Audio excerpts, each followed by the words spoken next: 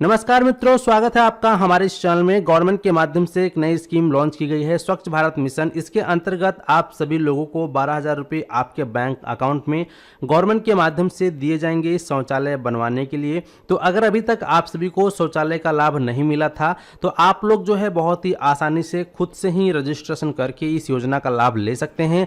या फिर अगर आप एक CSC VLE हैं, कॉमन सर्विस सेंटर संचालक हैं, तो आप लोग अपने सेंटर के माध्यम से अपने ग्रामीण नागरिकों को भी इस योजना का लाभ दिला सकते हैं। तो रजिस्ट्रेशन किस प्रकार से करना है, कौन कौन से डॉक्यूमेंट्स लेंगे और आपका एप्लीकेशन कब तक अप्रूवल होगा और कब तक आपके बैंक अकाउंट में 12,000 रुपये आएंगे, इसका कंप्लीट प्रोसेस आज के इस वीडियो में मिलने वाला है। तो वीडियो को आपको स्किप नहीं करना है, ध्यानपूर्वक देखना है। और अगर चैनल पे पहली बार आए हैं तो चैनल को सब्सक्राइब करने के साथ साथ नोटिफिकेशन बेल आइकन को ऑल पे क्लिक करके ऑन कर लेना है, ताकि आप इसी प्रकार की इन्फॉर्मेटिव वीडियो सबसे पहले देख पाएं। तो चलिए शुरू करते हैं।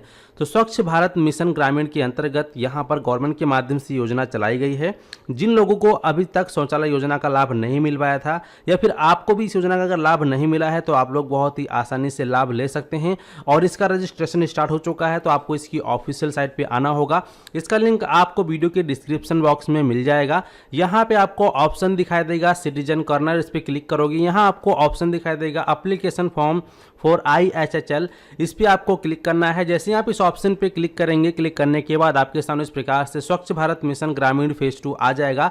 तो यहाँ पे अब आपको सबसे पहले अपना एक लॉगिन ID बनाना होगा। अगर आपका पहले से बना है तो डायरेक्टली आप यहाँ पे लॉगिन कर सकते हैं, लेकिन आप फर्स्ट टाइम इस वीडियो को देख रहे हैं तो फर्स्ट टाइम आपको अपना ID बनाना होगा। तो इसके लिए यहाँ पे आपको ऑप्शन मिलता है सिटीजन रजिस्ट्रेशन, आप इस पर क्लिक करोगे। जैसे आप इस पर क्लिक करोगे तो इस प्रकार से आप सभी के सामने रजिस्ट्रेशन पेज ओपन हो जाएगा। अब यहाँ पे आप अपना कोई सा भी मोबाइल नंबर डालेंगे, उस पर गेट OTP पे क्लिक करेंगे, आपके नंबर पर एक OTP आएगा।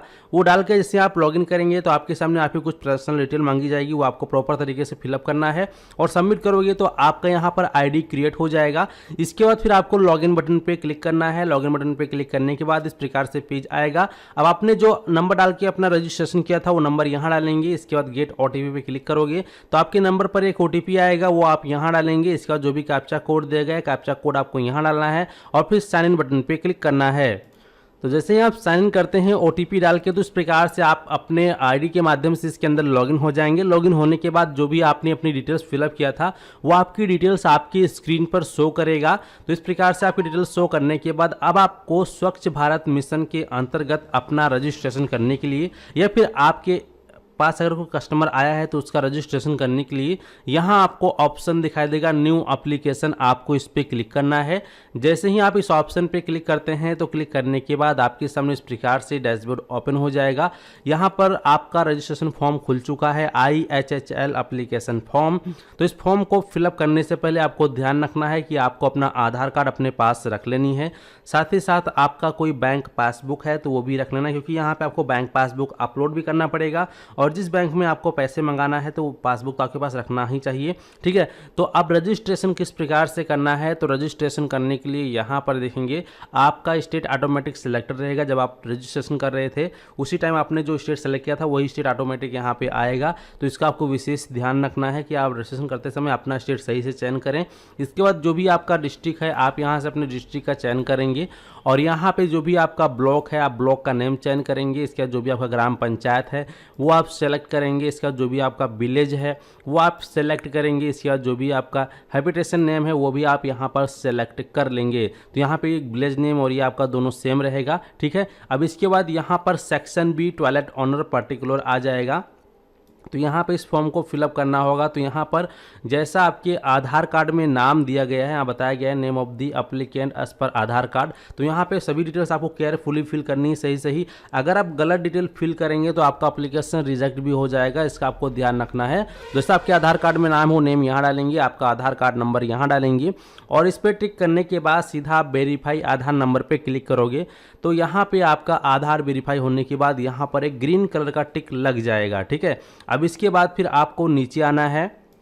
तो यहाँ पे अब आपको अपना जो भी आपके फादर का नाम है या हस्बैंड का नाम है, अगर आप किसी महिला का भर रहे हैं तो उसके हस्बैंड का नाम डालेंगे। अगर कोई जेंट्स का आप भर रहे हैं जो पुरुष है तो उसका आप फादर का नाम डालेंगे।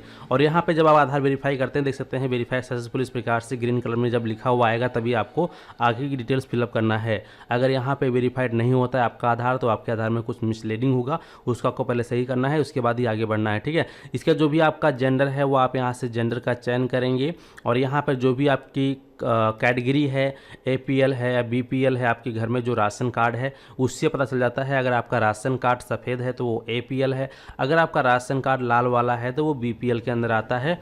तो यहाँ पर हम चलिए APL को क्लिक करते हैं। अब इसके बाद यहाँ पर आपकी सब कैटेगरी क्या है, तो सब कैटेगरी में आपका SC ST PH स्मॉल मैरिजनल या फिर लैंड विथ होम स्टेट या फिर जो भी है वो आप सेलेक्ट करेंगे, आपका जो भी कैटेगरी है। तो यहाँ पर चलिए हम एक कैटेगरी को यहाँ पर सेलेक्ट कर लेते हैं जो हमारी कैटेगरी है। और इसके बाद फिर यहाँ पर जो भी आपका कॉन्टैक्ट नंबर यानी मोबाइल नंबर है वो यहाँ डालेंगे, अपना एक ईमेल ID यहाँ डालना है, क्योंकि मोबाइल नंबर आपको सही डालना है। जब भी आपका अप्लीकेशन अप्रूव होगा या रिजेक्ट होगा या कुछ भी इशू आएगा तो आपका अप्लीकेशन में वो आपके इसी नंबर पर मैसेज के माध्यम से आपको प्राप्त हो जाएगा। अगर आपका एप्लीकेशन अप्रूव होगा तो एप्लीकेशन अप्रूव का मैसेज मिलेगा, रिजेक्ट होगा तो रिजेक्ट का मैसेज मिलेगा, या कुछ और प्रॉब्लम होगा तो उसका मैसेज आपको देखने को मिल जाएगा। अब यहाँ पे आपके आधार में जैसा आपका एड्रेस दिया गया आधार कार्ड के अंदर वैसा same to same address fill up करना है। ऐसा नहीं है कि यहाँ पे आप कुछ और एड्रेस डाल रहे हैं, आधार में कुछ और एड्रेस है तो ऐसे में आपका एप्लीकेशन रिजेक्ट हो जाएगा। तो इसका आपको विशेष ध्यान रखना है।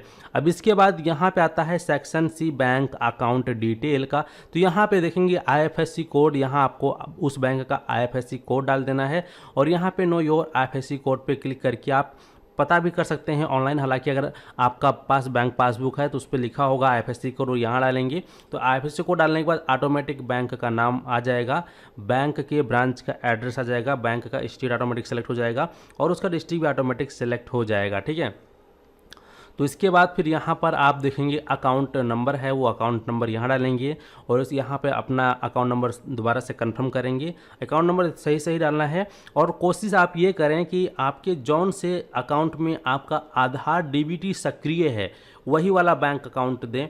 अगर आप कोई ऐसा बैंक अकाउंट देते हैं जिसमें कि आधार DBT सक्रिय नहीं है तो ऐसे में पेमेंट आने की संभावना कम है, लेकिन अगर आप आधार DBT लिंक अकाउंट देते हैं तो ऐसे में पेमेंट आने की संभावना 100% होती है। बस जानकारी आपको सही फिलअप करना होता है, यानी कि आधार सीडिंग आपके बैंक अकाउंट में होना चाहिए जिससे कि आपके खाते में 1 क्लिक के माध्यम से आधार DBT के द्वारा पेमेंट आपके बैंक अकाउंट में पहुंच सके। ठीक है, अब यहाँ पे मैंने आपको शुरुआत में बताया था कि आपको पासबुक की ज़रूरत पड़ेगी, तो पासबुक का फर्स्ट पेज आपको यहाँ अपलोड करना है जिसमें कि आपका पूरा बैंक का आपका अकाउंट नेम, आपका IFSC कोड, बैंक का जो भी MRC नंबर वगैरह होता है, बैंक का मुहर लगा होगा आपके फ़ोटो के ऊपर, तो वो वाला पेज आपको स्कैन करना है।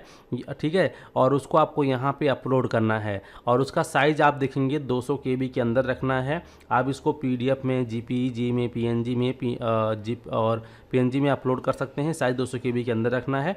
ठीक है, तो जब यहाँ पे अपलोड करेंगे, अपलोड करने के बाद सीधा आपको अप्लाई पर क्लिक कर देना है।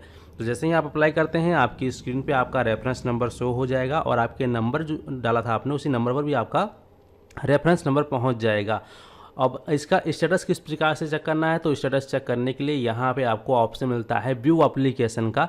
तो यहाँ पे आपको व्यू एप्लीकेशन पर क्लिक करना है।